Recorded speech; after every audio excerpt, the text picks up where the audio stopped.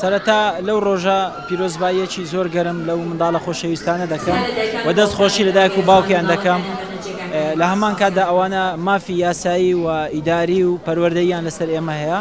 ئێمە وەکو وەزارەتی پەروەردەی حکوومەتی هەرێمی کوردستان لە ماوەی ڕابردوو چەند وەرکشۆپێکمان ئەنجام داوە. وەزارەتی کاروباری کۆمەڵایەتی، وەزارەتی تەندروستی، وەزارەتی خوێندنی باڵا ئامادە بوون.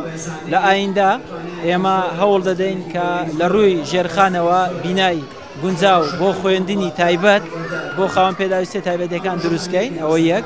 دووەم، ئەو مامۆستایانە کە اختصاسیان پەروەردەی تایبەتە لە وەزارەتی پەروەردەدایان بمەزرێنین. هەر بۆ نمونە ئەم جارە تەنها 41 کەس 41 مامۆستا هەبوو کە پسپۆڕیان لە پەروەردەی تایبەت هەبوو. وەزارەتی پەروەردەی حکوومەتی هەرێمی کوردستان هەر 41 مامۆستای دامەزران. ئەوەش دەستکەوتێکی گەورەیە بۆ پەروەردەی تایبەت.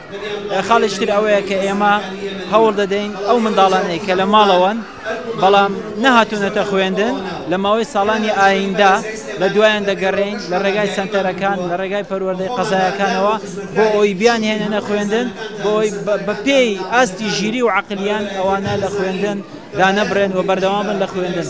لەبەرەوەی وەکو وەزارەتی پەروەردە ئەرچی ئێمەیە کە خوێندن بۆ هەموو منداڵانی کوردستان دابین بکەین و ئەو یەکێکە لە پرەنسیپە ئاساسیەکانی مافەکانی مرۆڤ.